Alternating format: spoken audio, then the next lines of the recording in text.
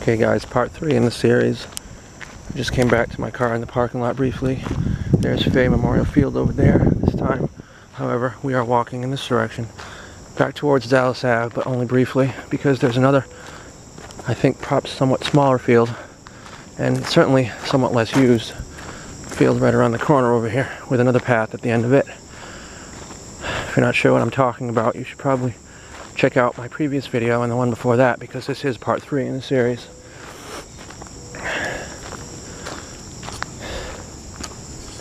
I just saw on my way back from the last video a lady with 2 Labradoodles, adorable, white, oh my goodness. I don't have any dogs, but I love them. Alright.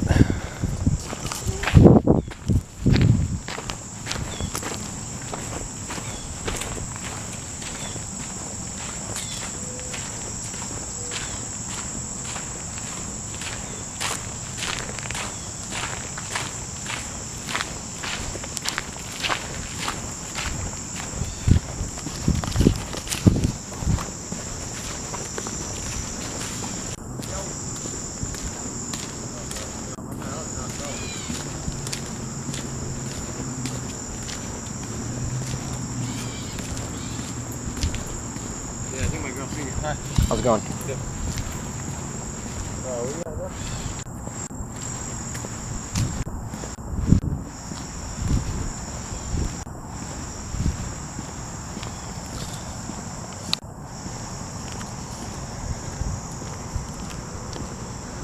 Alright. Yeah, so this is the smaller field that I was telling you about.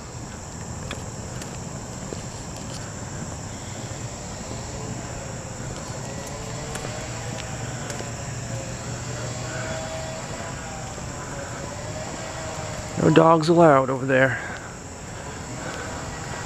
I can understand that. No one wants to have to worry about dog poop on a baseball field.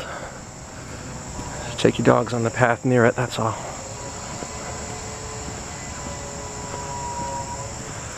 This path, I don't believe, is quite as well traveled or known as the other one. Which is not to say that we won't necessarily still run into people, as you just saw. But yeah, so I'm attempting to take you to, for you, structure number 3, DIY structure number 3. For me, it was the second one that I came across. I told the story in my previous video. I may recap it briefly in this one. There's a sign that's been spray painted. Let's see what the sign says. No motorized vehicles allowed, per City of Cranston.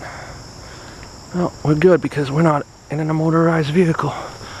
My legs are not motorized. Alright, so yeah, just to recap real quick. One time, a while back, I was coming down this path and I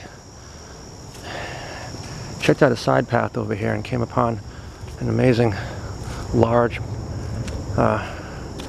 what I would call a DIY tent, very large. So big that it was able to fit 2 small tents in it. And called out when I was walking up to it, and there was actually a guy in there, and I talked to him, and anyway, I guess he and his friends have built the structure along with some others in the area.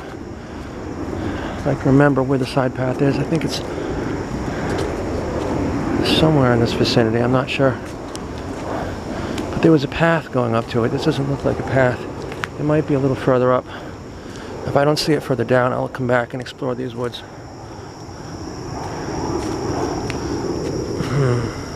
Wait a minute, this is a path. Let's just see if it's over here. If it's not, we'll go keep going.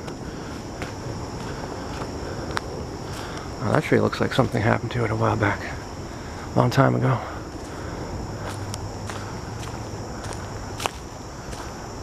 I'm not certain if this is the path, so we'll just have to see. Small conifer. This looks familiar. This might have been the way that I came. I seem to remember these narrow trees growing in the middle of the path.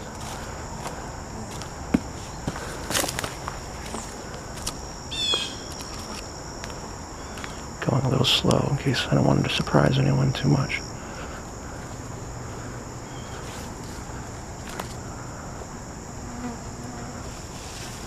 Oh, wait a minute. There's another path. Is that a path? No.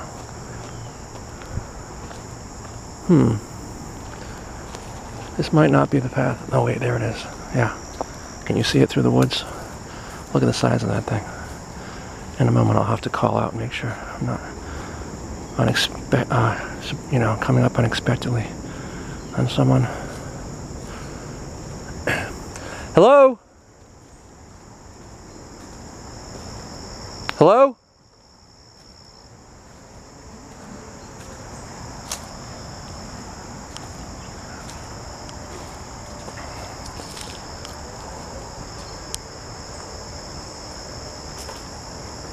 Just checking things out. Is there anyone in there?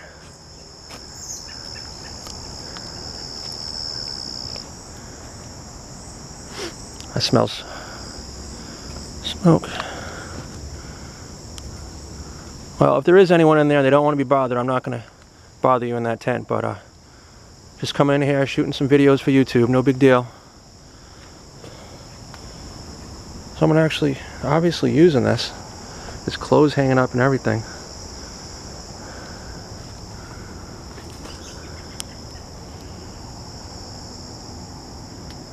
This thing is huge.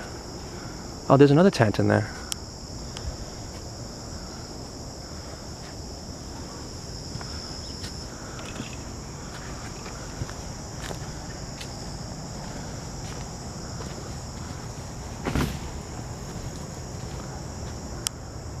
I don't know if you can see too well in on this side.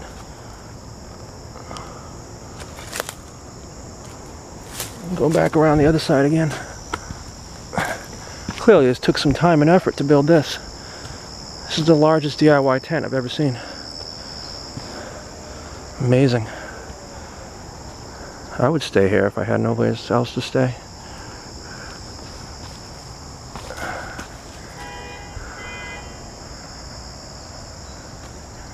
Well,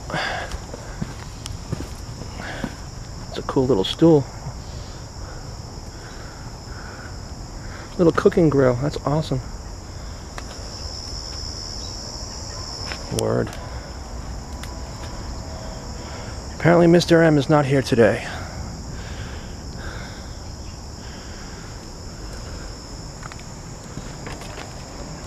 But yeah, I bet not too many people know about this place. It's a little bit off the main path there. So there you have it. DIY tent. Number 3 for you, number 2 for me. Largest one I've ever seen. Alright. That was pretty neat.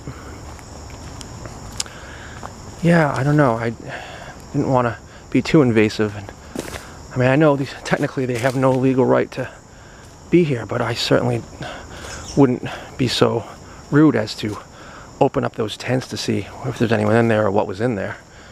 I mean, to me that's a little too far. But the structure itself was open, so, and since there was no one there,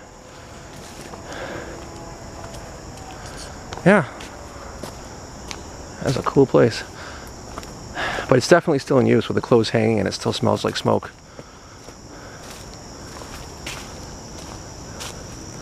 Like, I wouldn't really have a problem using one of the other ones because they don't look like they're used that often. But that one, I'm not sure I'd feel too comfortable staying there by myself because it feels like it's almost someone's.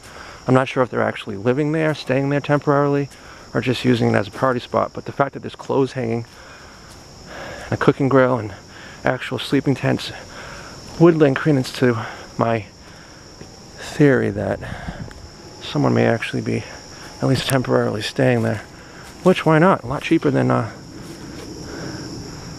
staying most other places.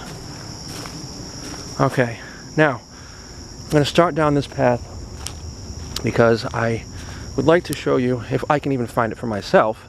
Supposedly, according to Mr. M, it's a third one, but we're going to find out.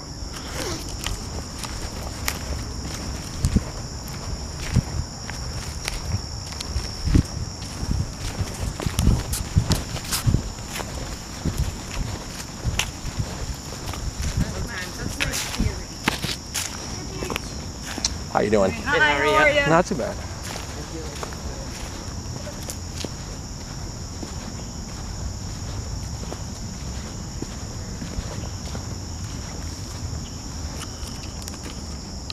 I love all types of people. It's so neat the way when you're out in public you just come across the most random variations of people. People are like snowflakes. No two are exactly alike, but yet there still are similarities between some. Okay, that concludes part 3 of Pawtuxet Oxboes Park.